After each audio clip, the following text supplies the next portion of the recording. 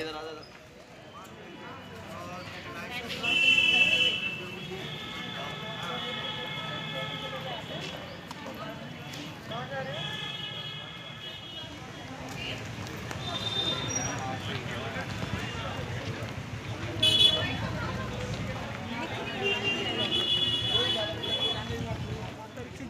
23 number से open हो रहा है कॉलेज, उसको लेकर रजा कॉलेज की क्या गतिविधियाँ, क्या सुरक्षा को लेकर इंतजाम है, सोशल डिस्टेंस को लेकर? शासनादेश के अनुपालन में महाविद्यालय तो 1 सितंबर से हमारा खुल ही रहा है। स्टूडेंट्स की कक्षाएं नहीं चल रही थी और जो चल रही थी वो ऑनलाइन चल रही थी। अब 23 तारीख का कक्षा लगाने का शासनादेश हुआ है। माननीय अपर मुख्य सचिव श्रीमती मोनिका सहगल गर्ग का, उन्होंने पूरा दिशा निर्देश दिया है और जो दिशा निर्देश दिए हैं उसमें सभी का अनुपालन 1 सितंबर से ही कॉलेज में सुनिश्चित किया जा रहा है। सोशल डिस्टेंसिंग, मास्क और थर्मल स्कैनिंग हमारी शुरू से ही चल रही है और पूर्ण रूप से इसका अनुपालन किया जा रहा है। और थर्मल स्कैनिंग के बाद ही किसी का प्रवेश महाविद्यालय परिसर में हो रहा है। छात्र छात्राएं इस समय अपने प्रवेश के आवेदन फॉर्म जमा करने, स्कॉलरशिप के फॉर्म जमा करने आ रहे हैं और सरकार द्वारा दिए गए दिशा निर्देशन के आधार पर पूर्ण रूप से कक्षाओं का संचालन ऑफलाइन ऑनलाइन किया जा रहा है।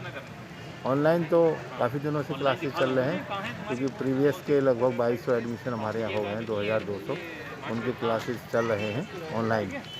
और फिजिकल अब रूटीन बन गया है, रोटेशन के हिसाब से जो बच्चे आएंगे उनको कक्षा में बैठाएंगे पूर्ण सैनिटाइजेशन करके, और सुव्यवस्थित सब लोग सुरक्षित रहें, पूर्ण रूप से अनुपालन किया जा रहा है। जो शासनादेश पर कक्षा में कितने स्टूडेंट बैठा ले आएंगे? अब कक्षा की जो हमारी जो बैठने की स्थिति है वो कम से कम 80 बच्चे आते हैं और 40 बच्चे बैठ सकते हैं, तो 50% का आदेश हुआ है, तो 50% बच्चे बैठाया जाएगा। उनमें से रोटेशन डाला जाएगा कि आज कुछ बच्चे ऑनलाइन रहें सब्जेक्ट के, एक सब्जेक्ट के, दूसरे सब्जेक्ट के ऑफलाइन रहें, इस तरह से रोटेशन बनाया गया। सर, क्या किसी बच्चे से एप्लीकेशन भी ली जाएगी गार्जियन से आने के लिए?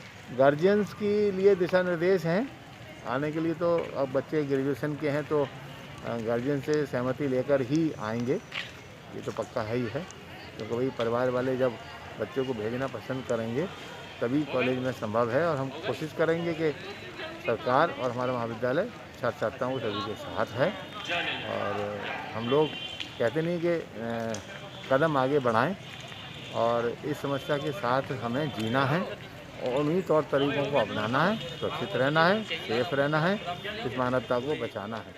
23 तारीख से जो कॉलेज ओपन हो रहा है, इसको लेकर क्या करना चाहेंगे?